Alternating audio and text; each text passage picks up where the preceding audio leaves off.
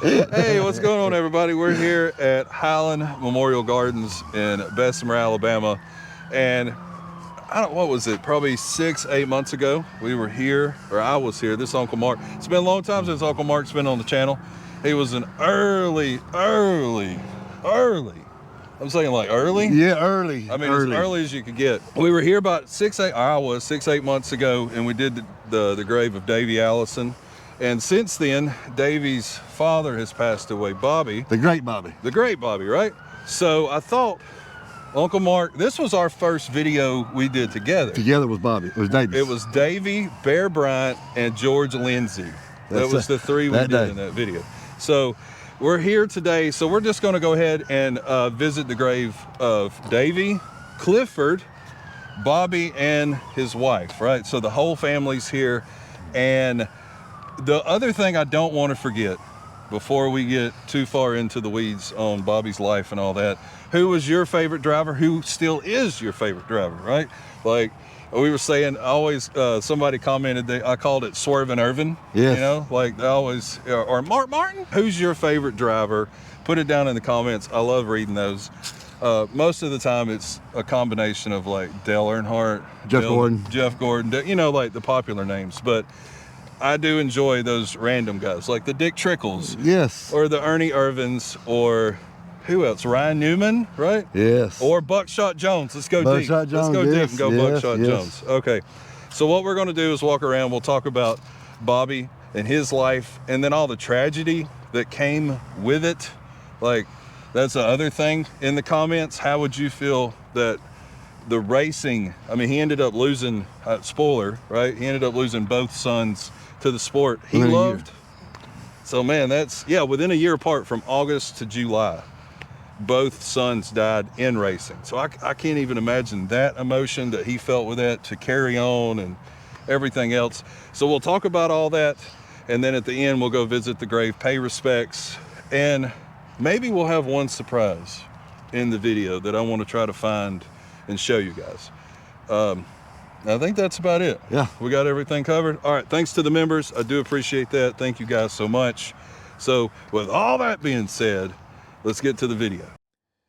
Allison was born on December the 3rd, 1937 in Miami, Florida. He entered his first race as a senior at Archbishop Curley Notre Dame High School in Miami. And since he was only 17, he had to have his parents' permission to compete. After he graduated from high school in 1955, Allison's mother thought she would derail his racing interest and send him to Wisconsin to work for Mercury Outboard Motors, where her brother-in-law, Jimmy, was the national sales manager. However, unbeknownst to her, the owner of Mercury was a guy by the name of Carl Kiefer, who also happened to own race cars and like racing. So Allison began working as a mechanic and an engine tester. While employed at Mercury, Allison worked in the boat division for 10 months. Then he was transferred over to the racing division. During the 2 months he worked in the racing division, he was able to go to 19 races, which were mostly the Grand National events, which is the Cup Series today. And every one of those races he went to, they won from the car, from the shop that he worked at. After racing down in Miami, Allison got tired of like just not making any money at it. So in '59, he took his brother Donnie and a few others to find more lucrative racing than was available down there. Their search led them to Montgomery Motor Speedway in Montgomery, Alabama, where he was informed of a race that would take place the night before the Montgomery race in Midfield, which is near Birmingham. Allison entered that first race and finished 5th, which paid more than finishing 2nd of any race in Miami. So the next night he goes to Montgomery for the original race, and he won the preliminary, and then he finished 2nd in the feature, which paid him $400. Brothers returned, Bobby and Donnie, and convinced Red Farmer into coming back to Alabama with him.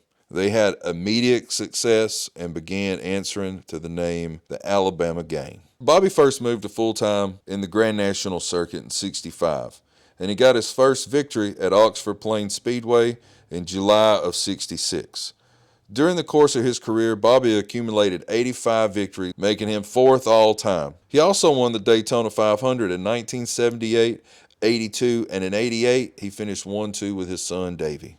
And in 1972, he was voted National Driver of the Year after winning 10 races, and he took 11 poles that year, 5 of which came back-to-back. He was the NASCAR Cup Series champion in 83, winning Driver of the Year. And Allison was involved in an accident at Talladega which changed the sport of NASCAR. In May of 87, that saw his car cut a tire, he turned sideways, and went airborne into the catch fence, which separates the speedway from the grandstands. He was traveling at 200 or a little more miles an hour, and he tore out over 100 yards of fencing. I mean, that's a whole football field. Parts and pieces of the car flew in the grandstands, hurt people, which caused NASCAR to mandate a smaller carburetor for the remaining of the 87 year at Talladega and Daytona. The following year, they introduced restrictor plates at Daytona and Talladega, and now they use them at other tracks as well to help keep the speeds at a safer pace. Allison won the first Daytona 500 with restrictor plates in 88, as we said, by winning over a car length of his son, making him the first driver to win a Daytona 500 with and without restrictor plates. And he's the oldest driver at 50 years of age to win the Daytona 500. However, on June 19th of 1988, at the midpoint of the 88 season, Allison had a crash on the first lap of the Miller High Life 500. Initially, he survived a head-on hit into the outside barrier, but then as he turned, he was suddenly T-boned in the driver's side of the car, nearly killing Allison. When he reached the local hospital, he was initially declared dead, but medical assistance saved his life. Beginning from a vegetative state, Allison entered a rehab program. After regaining most of his memory and relearning everyday activities, he was prepared to try to make a comeback in the 90s. However, just through life and a series of tragedies, Allison aborted his comeback attempt, thus retiring from driving in NASCAR. So the pond in the back he built. Yeah, so they could fish, because there's the race shop right there. Right. All right, I just had to come. It clearly says private property, so we're not going to be here long. But yeah, Bobby Allison's house. How cool, right? Because in 92, his son Clifford was fatally injured in a practice crash for the NASCAR Busch Series, which is Xfinity now. And less than a year later, his other son, Davey, who he finished second with at the Daytona 500, was killed in a helicopter accident at Talladega Superspeedway. In between turns 3 and 4. So we all know the story of Davey. I'll kind of flash up a little picture of the crash and everything that happened. And so where we were is Clifford is, I mean, he's a good football field. Oh yeah, good football field. Yeah, up there, from promotion tree over there, right over there. Yeah, so right up there is where all that's at. And I don't know, I'm not deep enough in the weeds to understand why Davey's over here. That's, beyond our pay grade, I guess. But once we get over to Bobby, then you'll see what I was saying with that. Yeah. And here's Davey. Just imagine. We wouldn't have died in that helicopter crash that day. Yeah, just where he was headed, his trajectory was nothing but up, dude. Nothing but that way. So sadly, on November the 9th of 2024, Bobby passed away. And it's still fresh, right? Miss Judith, she passed away in 2015 from complications of surgery. But there's Bobby right there. At least it's got the car on it. That's pretty cool. Now when I was in Charlotte, Benny Parsons, he had one like that too. Dude, that'd be best cool. That's pretty cool. Yeah, the little hot rod chop car. Yeah, they are spread out, and I know that's stuff, if you know in the comments, feel free to let us know. I'd like to know.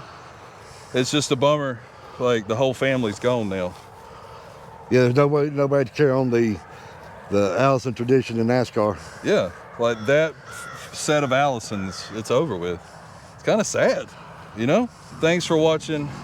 I hope you like the surprise. Like, if if it's not in the video, we didn't make it, right? Right.